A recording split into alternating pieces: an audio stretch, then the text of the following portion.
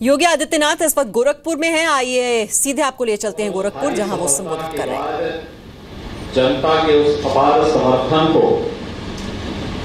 हम कैसे सम्मान के साथ आगे बढ़ा सकें, यह दायित्व जब मेरे ऊपर आया तो हम लोगों ने प्रदेश के अंदर कुछ कार्य करने प्रारंभ किए हैं और वो परिवर्तन समाज के अंतिम तबके तक पहुंचाने की जो जिम्मेदारी है, उस जिम्मेदारी में मैं अकेले नहीं बल्कि आप सब कार्यकर्ताओं का योगदान आवश्यक है। इसको आह्वान करने के लिए मैं आपके बीच में आया हूं। एक बहुत बड़ी जिम्मेदारी है जनता के द्वारा दी गई। भारत के लोकतांत्रिक इतिहास में उत्तर प्रदेश के अंदर इतना भारी समर्थन, यह केंद्र की श्री नरेंद्र मोदी जी के नेतृत्व की सरकार के लोक कल्याणकारी और विकास के प्रति जो उनका समर्पण भाव है, इसका एक जीवंत उदाहरण है। लोक कल्याण का कार्यक्रम किस प्रकार से होना चाहिए, भारत माननीय प्रधानमंत्री जी बार बार इस बात को कहते हैं कि हम लोगों को अगर एक लंबी यात्रा करनी है और जनता को सम्मान के साथ और स्वाभिमान के साथ आगे बढ़ने के लिए प्रेरित करना है, तो हमें लोक लुभावन की बजाय लोक कल्याणकारी योजनाओं को प्राथमिकता के साथ आगे बढ़ाना होगा। और उन्हीं लोक कल्याणकारी योजनाओं को लेकर के उत्तर प्रदेश की आप लोगों के द्वारा चुनी गई ये सरकार पूरी तत्परता के साथ आम जनमानस तक उन लोक कल्याणकारी योजनाओं को पहुंचाने के लिए संकल्पित है और वही योजनाएं आज प्रदेश में हम लोगों ने प्रारंभ की हैं। मुझे लगता है कि अभी हम लोगों ने बहुत परिवर्तन नहीं किया है और न हम लोग इसमें बहुत विश्वास करते हैं, लेकिन कानून व्यवस्था में पहले की तुलना में काफी परिवर्तन दिखा है और ये परिवर्तन आने वाले समय में आप देखना 1 महीने में और तेज दिखाई देगा। अच्छा परिवर्तन प्रदेश के अंदर दिखाई देगा। हम लोग पहले ही इस बात का आग्रह कर चुके हैं कि जिन्हें कानून के राज में विश्वास नहीं, वे कृपया उत्तर प्रदेश को अवश्य छोड़ दें, क्योंकि उत्तर प्रदेश में अब उनके दिन लग चुके हैं। हम लोग 4 से 1 बार 2 बार समझाएंगे, लेकिन कोई कानून को हाथ में लेने का प्रयास करेगा तो फिर सत्य के साथ कानून अपना कार्य प्रारंभ करेगा और उस पर कोई कॉम्प्रोमाइज ये सरकार नहीं करेगी। और यही भारतीय जनता पार्टी, माननीय प्रधानमंत्री जी और राष्ट्रीय अध्यक्ष जी भी चाहते हैं, क्योंकि परिवर्तन आमूलचूल दिखना चाहिए कानून व्यवस्था से लेकर के विकास के कार्यों तक।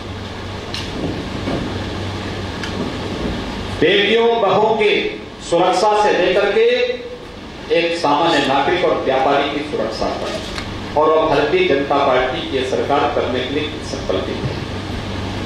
हम लोगों ने इस दौरान कुछ कार्य किए और उस कार्य को करने में हमारे सामने तमाम प्रकार की चुनौतियां थी, लेकिन उस सब के बावजूद हम लोगों ने कहा कि अगर योजना लोक कल्याणकारी है, प्रदेश के हित में है, तो हम इसको करेंगे।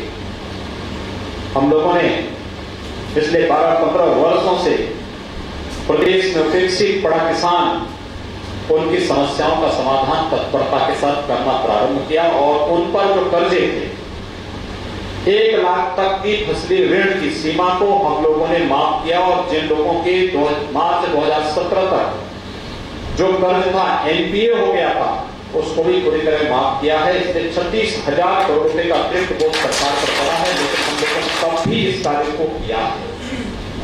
प्रदेश का लगभग 86 लाख किसान इससे लाभान्वित हुआ है। हम लोगों ने प्रदेश में गेहूं क्रय की स्थिति आपने देखा होगा कि अभी तो सीजन चल रहा है, लेकिन आप आश्चर्य करेंगे कि पिछली बार तक आढ़तियों और दलालों के माध्यम से गेहूं क्रय होता था। हम लोगों ने कहा कि बीच में कोई मीडिएटर नहीं होगा, हम सीधे किसान से खरीदेंगे, 1625 का समर्थन मूल्य उसको देंगे, प्रति कुंटल 10 रुपए अतिरिक्त उस किसान को उपलब्ध करवाएंगे। इस प्रकार से 1635 रुपये प्रति क्विंटल के हिसाब से किसानों के खाते में सीधे एक सप्ताह के अंदर भुगतान करने की व्यवस्था हम लोगों ने प्रारंभ की है। प्रदेश में 5000 केंद्र संचालित करने की बात कही गई है और ये कह दिया गया है कि जहां आवश्यकता पड़ती है वहां पर इसको और बढ़ाइए, लेकिन किसानों को समस्या नहीं होनी चाहिए। बहुत सारी जगह से आया कि मार्केट में मेरे पास बहुत सारे लोग आए थे, तमाम आड़ती आए थे, तमाम अन्य लोग आए थे। उन लोगों ने कहा साहब मार्केट में दाम आप हमें दे दीजिए, हम लोग खरीद दे देते हैं। मैंने कहा खरीदना हमारा लक्ष्य नहीं, किसानों को राहत पहुंचाना हमारा लक्ष्य है। और मार्केट में उसके बाद गेहूं का दाम ऊंचा गया, किसान खुशहाल है और किसान की खुशहाली हम सब की प्रसन्नता है और हम लोगों ने इसको पूरी तत्परता के साथ लागू किया। लेकिन मुझे आप सबको बताते हुए प्रसन्नता है कि पिछली बार तक आज के दिन पर लगभग 2 लाख मीट्रिक टन आड़तियों से लेने के बाद भी प्रदेश सरकार नहीं खरीद पाई थी और आज कल सायंकाल तक उत्तर प्रदेश सरकार ने 7 लाख मीट्रिक टन गेहूं का क्रय सीधे किसानों से कर दिया है। ये स्थिति है जब बाजार में गेहूं का अच्छा दाम है तब भी किसान दे रहा है। पहली बार आलू के किसानों को प्रदेश की सरकार ने राहत दिया है। 1 रुपया किलो आलू बेचने के लिए किसान मजबूर था। हम लोग कहते आखिर क्या होगा इन आलू किसानों का, 1 रुपये किलो में तो इसकी लागत भी नहीं पड़ेगी। हम लोगों ने इस दाम को 487 रुपये किया और कहा कि अगर कहीं कोई बिकता नहीं है तो फिर उत्तर प्रदेश सरकार 1 लाख मीट्रिक टन आलू का क्रय करेगी सीधे किसानों से और उसको लागू कर दिया गया। 4 एजेंसियों को लगा दिया कि आप युद्ध स्तर पर रखिए, किसानों के आलू का भी क्रय करिए। बंधुओं, आज तक कभी भी स्वतंत्र भारत में किसानों गेहूं आपके गन्ना किसानों को राहत देने के लिए कभी कोई कार्रवाई नहीं हो पाई। वर्षों का उनका गन्ना मूल्य का बकाया रहता था।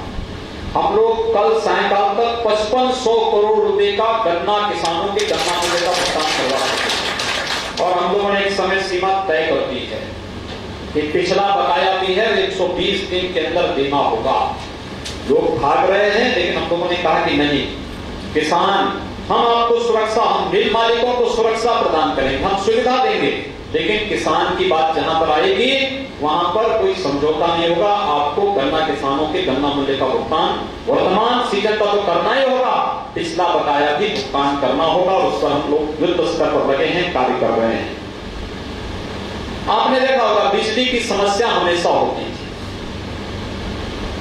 मैं आश्चर्य करता हूं कि अभी हम लोगों ने कोई अतिरिक्त प्रयास नहीं किया। केवल हम लोगों ने कहा कि भाई देखो ये व्यवस्था सुधरनी चाहिए, कहीं चोरी हो रही इसको ये रोकनी चाहिए, लेकिन जनता को राहत मिलना चाहिए। पहले 4 जनपदों में 24 घंटे बिजली मिलती थी। हम लोगों ने कहा कि आखिर गोरखपुर में आप सब लोग हमेशा बिजली की कटौती और बिजली की समस्या को लेकर के हम लोगों के साथ मई और जून में सड़कों पर निकल करके आंदोलन में भागीदार बनते ही थे आप लोग। हम लोगों ने कहा नहीं, अब केवल 4 जनपद वीआईपी नहीं होंगे। माननीय प्रधानमंत्री जी ने देश की वीआईपी संस्कृति को समाप्त किया है और हम लोगों ने भी कहा है कि अब प्रदेश के 25 जिला मुख्यालयों पर 24 घंटे बिजली देने का कार्य होगा और साथ ही साथ तहसील मुख्यालय पर 20 घंटे, ग्रामीण क्षेत्र में 18 घंटे की विद्युत की आपूर्ति हम सुनिश्चित करवाएंगे। ये हम 14 अप्रैल से लागू कर चुके हैं, लेकिन अभी बहुत सारी खामियां इसलिए होंगी क्योंकि जर्जर लाइनें हैं, कम क्षमता के ट्रांसफार्मर हैं, अन्य तमाम समस्याएं हैं। आज हम कई नए सब स्टेशन का शिलान्यास और लोकार्पण भी करने जा रहे हैं। कई की क्षमता बढ़ाने का कार्य हम लोग करने जा रहे हैं।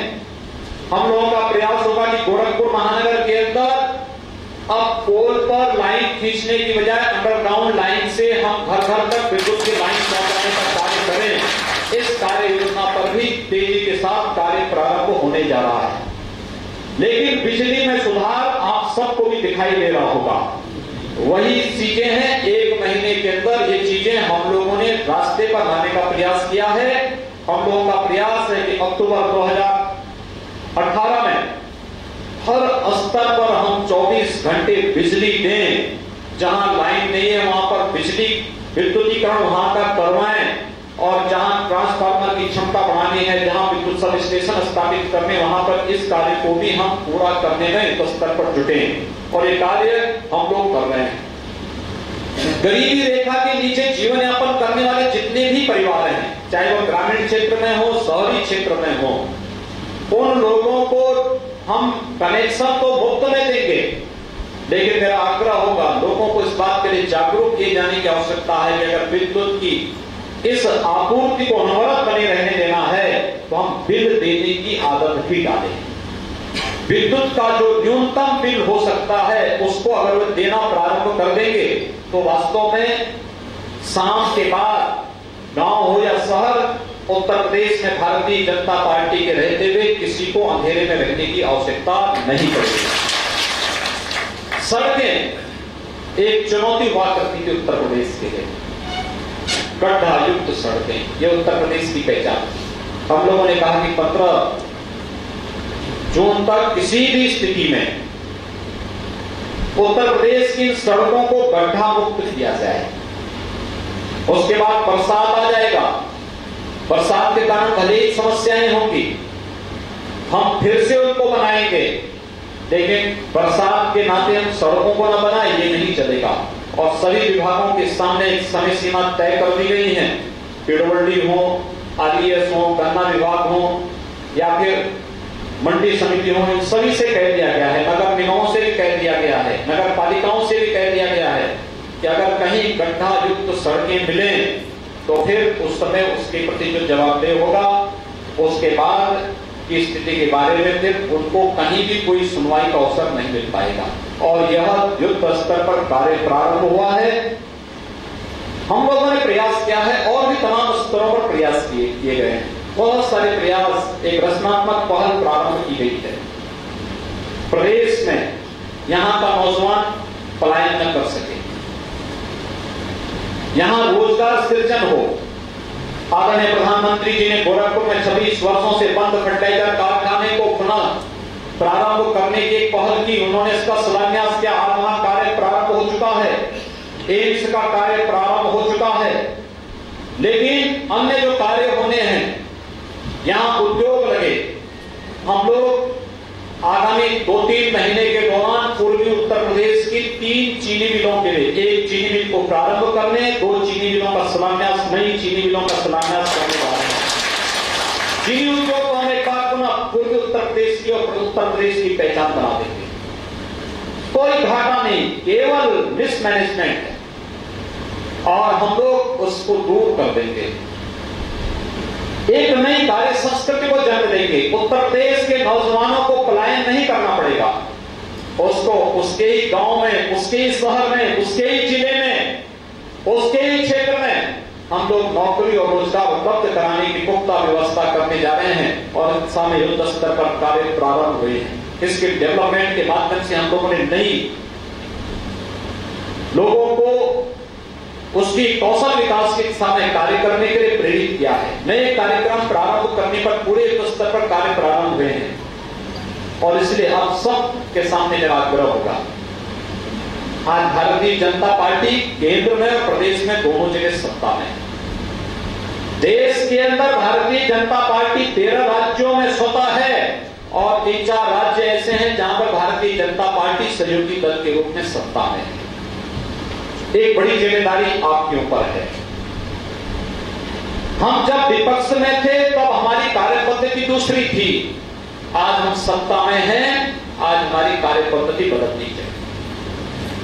हम जब विपक्ष में थे तो विपक्ष की नाकामी को सड़क पर ला करके आंदोलन के माध्यम से जन जागरूकता पैदा करना हमारा कर्तव्य था, लेकिन आज सत्ता में है तो सत्ताधारी दल की लोक कल्याणकारी योजना को अंतिम व्यक्ति तक पहुंचाने का कार्य भी हम सबको करना होगा और इस देश से आह्वान करने के लिए केंद्र सरकार ने कितनी योजनाएं घोषित की हैं कल्याणकारी,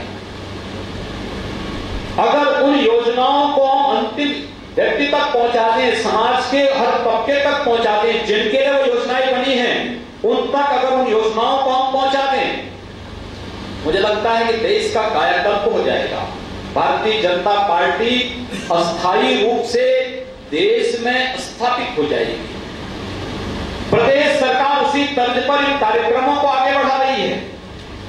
हम लोगों ने अनेक कार्यक्रम हम लोग लेकर के आने वाले हैं, जो विकास की योजनाएं, भ्रष्टाचार पर प्रभावी अंकुश लगाने की कार्रवाई, अपराध मुक्त समाज की स्थापना के लिए जो प्रभावी कार्रवाई प्रारंभ हुई है, किसानों के हितों के लिए जो कार्यक्रम प्रारंभ किए गए हैं, नौजवानों के लिए जो कार्यक्रम प्रारंभ होने जा रहे हैं, महिलाओं की सुरक्षा के लिए जो कार्यक्रम प्रारंभ होने जा रहे हैं, समाज के हर तबके को ध्यान में रख करके, अनुसूचित जाति है, पिछड़ी जाति है, अनुसूचित जनजाति है, इन सभी के लिए जो कल्याणकारी योजनाएं लेकर के केंद्र सरकार आई है और जिन्हें लेकर के प्रदेश सरकार आने जा रही है, अगर संगठन और आप जैसे कार्यकर्ता उन योजनाओं के प्रति अपनी संवेदनशीलता न दिखा करके फिर केवल आंदोलन का ही रास्ता अपनाएंगे तो फिर बड़ी खराब स्थिति पैदा हो जाएगी। हम सबको इन योजनाओं को लेकर के जिस तबके के लिए हम अब तक आंदोलन करते रहे हैं, अब समय आ गया है उन योजनाओं से उन्हें लाभान्वित करवाने का, इन योजनाओं को उनके घर तक पहुंचाने का, उनके द्वार तक पहुंचाने का, और इस दिशा में हम सबको युद्ध स्तर पर लगना होगा। आज कोई आवश्यकता नहीं आंदोलन, धरना, प्रदर्शन की, आपके स्तर पर कोई और, केवल आप सरकार की योजनाओं को समाज तक पहुंचा दीजिए। आपका इसी में एक बड़ा वोट बैंक आपका खड़ा हो जाएगा।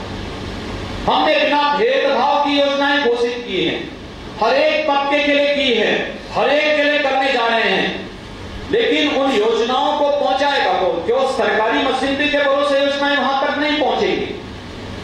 हम लोग आने वाले समय जिन योजनाओं को लेकर के आ रहे हैं उसमें संगठन की अहम भूमिका होगी कि समाज के अंतिम व्यक्ति तक उन्हें पहुंचा सके, और इस जिससे हम लोगों ने प्रभारी जिलों के प्रभारी मंत्री भी नियुक्त किए हैं। वे लोग हर महीने उन विकास कार्यों की मॉनिटरिंग करेंगे, संगठन के साथ भी बातचीत करेंगे।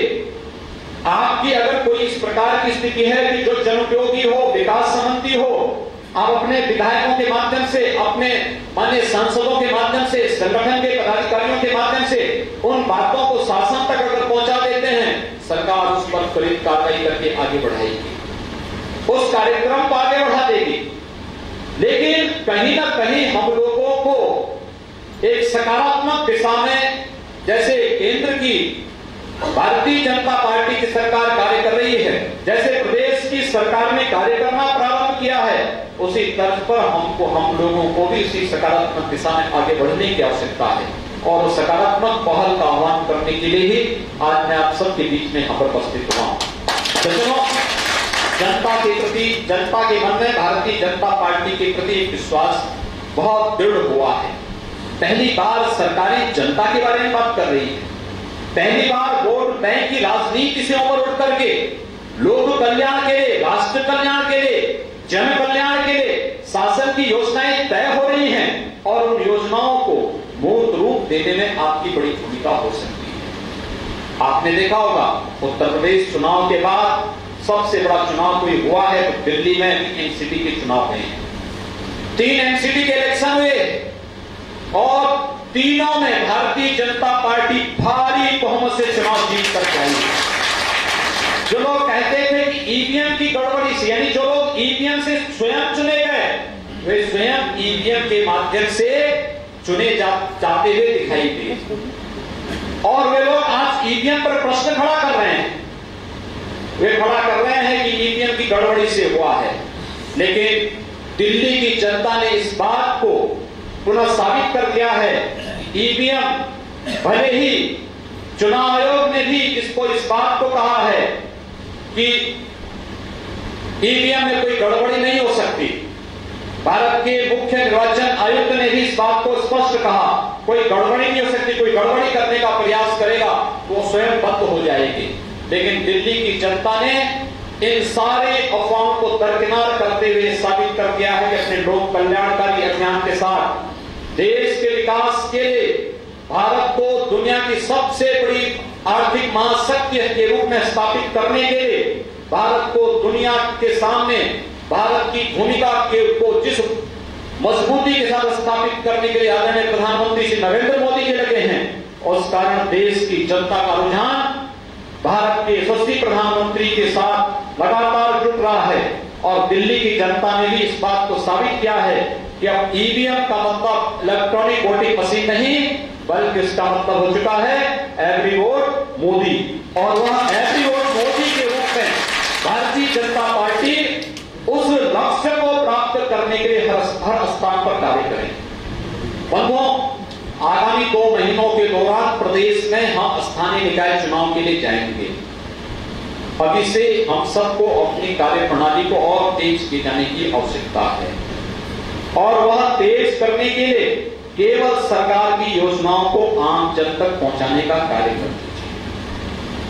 आपको आधारभूत सुधार होता हुआ दिखाई देगा, बहुत अच्छा सुधार होता हुआ दिखाई देगा। आप देखेंगे कि जो दिल्ली के परिणाम आए हैं उसमें आप दिल्ली के भारतीय जनता पार्टी के अध्यक्ष श्री मनोज तिवारी जी का मेरे पास फोन आया था दोपहर में, तो मैंने उसको बधाई दी। उन्होंने कहा साहब ये तो उत्तर प्रदेश की इच्छा है। मुझे लगता है उत्तर प्रदेश ने विधानसभा चुनाव में जो सफलता प्राप्त की है उसी प्रकार की सफलता, उससे भी अच्छी सफलता हमें स्थानीय निकाय चुनाव में प्राप्त करने के लिए अभी से कमर कस करके लगने की तैयारी करनी होगी। मैं आप सबका आह्वान करूंगा कि आप अब सत्ताधारी और विपक्ष की भूमिका को अवश्य उसके बीच में एक लक्ष्मण रेखा खींच करके हम इस कार्रवाई को, जो केंद्र और प्रदेश की सरकार के कार्यक्रम हैं, लोक कल्याणकारी योजनाएं हैं, उन्हें समाज के अंतिम व्यक्ति तक पहुंचाने के लिए पूरी मजबूती के साथ कार्य करेंगे। आज के इस अवसर पर मैं आप सबको एक बार पुनः हृदय से साधुवाद देता हूं, आभार व्यक्त करता हूं और विश्वास व्यक्त करता हूं कि आप लोगों की मंशा के अनुरूप उत्तर प्रदेश सरकार उत्तर प्रदेश में विकास के मुद्दे पर, उत्तर प्रदेश में सुरक्षा के मुद्दे पर, उत्तर प्रदेश में भ्रष्टाचार के मुद्दे पर, उत्तर प्रदेश को देश के सर्वोत्तम राज्यों की श्रेणी में लाने के लिए किसी प्रकार का कोई कसर नहीं छोड़ेगी। और इसके लिए आप सबका सहयोग हमें अत्यंत आवश्यक है। इस दृष्टि से अनेक कार्यक्रम प्रारंभ होंगे, उन कार्यक्रमों में आप सबको जुड़ना होगा। 26 मई को सरकार के, केंद्र सरकार के 3 वर्ष पूरे होंगे। 3 वर्ष की योजना, कार्य योजना कैसे तय होनी है, इसका प्रचार प्रसार, केंद्र की योजनाओं के बारे में जो कार्यक्रम आए हैं उनको और तेजी के साथ आगे बढ़ाने का कार्यक्रम, इसको हम लोग प्राथमिकता के आधार पर ले लेंगे तो बहुत अच्छा होगा। और उसके लिए मैं प्रयास करूंगा कि उस दौरान अगर लखनऊ में कोई बड़ा कार्यक्रम नहीं होगा तो मैं स्वयं यहां आकर के उस कार्यक्रम में भागीदार बनूं, जिससे केंद्र और प्रदेश सरकार के उन सामूहिक कार्यक्रमों को हम बहुत आगे बढ़ा सकें, तेजी के साथ आगे बढ़ा सकें। प्रधानमंत्री जी की जो महत्वाकांक्षी कार्यक्रम है उनमें एक स्वच्छता अभियान का है। 2 मई को हम लोगों ने गंगा जी के किनारे लगभग 1000 किलोमीटर, गंगा जी उत्तर प्रदेश के अंदर चलती है, 1000 किलोमीटर के उस संपूर्ण क्षेत्र में हमारे लगभग 985 गांव पड़ते हैं और 15 जिले पड़ते हैं। हम लोगों ने कार्य योजना तैयार की है कि 2 मई को संपूर्ण स्वच्छता कार्यक्रम के तहत गंगा जी के तट पर दोनों ओर बसे हुए गांवों में प्रत्येक जनपद में हम लोग 2 मई को प्रदेश कार्यकारिणी में रहेंगे। लेकिन आज ही हमने इस बात का कार्यक्रम का ऐलान किया है कि गंगा जी के दोनों तटों पर प्रत्येक गांव में स्वच्छ गंगा और निर्मल गंगा की शपथ लेने के लिए प्रत्येक गांव में विशेष कार्यक्रम चलेंगे। सरकार की पूरी भागीदारी उन कार्यक्रमों में रहेगी। जिला के जिलाधिकारीगण, एसडीएम, अन्य अधिकारीगण, पुलिस के अधिकारीगण भी उस कार्यक्रम में पूरी सहभागिता के साथ जाएंगे। हम भारत की नदी संस्कृति को पुनर्जीवित कर सकें, उन्हें निर्मल रख सकें, उन्हें अविरल रख सकें, इस जिससे ये कार्यक्रम हमारा गंगा के तट पर होगा। और मैं आपको भी आग्रह करूंगा कि हर शहर, हर कस्बा किसी न किसी नदी और नाले के तट पर है। हम लोग भी प्रयास करें। गोरखपुर में आमी नदी और गोरा नदी दोनों कितनी प्रदूषित है, दोनों के लिए आंदोलन भी चला था। आमी नदी के लिए तो उपेंद्र दत्त जी और लोगों के नेतृत्व में एक पूरी यात्रा भी निकली थी। लेकिन उस सब के बावजूद अभी भी प्रदूषित है। हम लोग इस पे प्रशासन को भी लगाएंगे, शासन भी उस पर लगेगा। हम लोग प्रयास करें कि एक कार्यक्रम चले उसके लिए। इसके अलावा अन्य नदियों को भी, यहाँ पर हमारे यहाँ गोरा है, उसके लिए क्या कार्यक्रम हमारे हो सकते हैं। राप्ती नदी में भी नदियों के नाले न जाएं, एनजीटी बार बार नगर निगम को कह रहा है।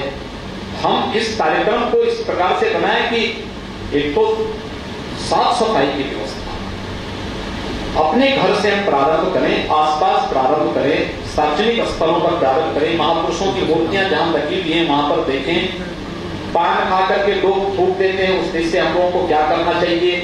सार्वजनिक स्थलों पर प्रसाधन इस रूप में बने कि गंदगी सड़कों पर न दिखाई दे, साफ सफाई की उचित व्यवस्था हो और लोगों को उसके प्रति जागरूक किया जाए। इसके लिए हम लोगों को विशेष अभियान चलाना चाहिए और प्रधानमंत्री जी की भावनाओं के अनुरूप उस कार्यक्रम को तेजी के साथ आगे बढ़ाने की आवश्यकता है। मुझे लगता है कि यह कार्यक्रम अगर आप लोग भी प्रत्येक नदी के तट पर, प्रत्येक जो नाले हैं उनके तट पर इन कार्यक्रमों को हम प्रारंभ कर सकें, अपने नगर को, अपने गांव को, अपने कस्बे को स्वच्छ और सुंदर बनाने में योगदान कर सकें। हम लोग एक कार्य योजना तैयार कर रहे हैं। इस बार हम लोग जुलाई में बृहद वृक्षारोपण के माध्यम से प्रदेश में एक नई कार्य संस्कृति को जन्म दें। उस पर भी हम लोग समय समय पर सभी कार्यक्रमों के साथ आप लोगों के बीच में आएंगे। लेकिन 26 मई केंद्र सरकार के 3 वर्ष पूरे होंगे और उस अवसर पर हम लोगों को विशेष कार्यक्रम करने चाहिए। केंद्र सरकार की योजनाओं को आम जन तक पहुंचाने के लिए, उन लोक कल्याणकारी योजनाओं को आम जन तक पहुंचाने में अपना योगदान दें। यह अपील करते हुए आप सब ने आज इस कार्यक्रम में अपनी सफलता सुनिश्चित की। अभी विश्वविद्यालय में बहुत सारे कार्यक्रम हैं जिनमें लोकार्पण और उद्घाटन के कार्यक्रम होने हैं। उन कार्यक्रमों में भी आप पधारेंगे तो अच्छा होगा कि क्या हो रहा है, क्या होने जा रहा है, इसके बारे में जानकारी वहां प्राप्त हो जाएगी। आप सबके प्रति मैं आभार व्यक्त करते हुए आप सबका अभिनंदन करता हूं और आपके प्रति अपनी शुभकामनाएं व्यक्त करता हूं। धन्यवाद। जय हिंद।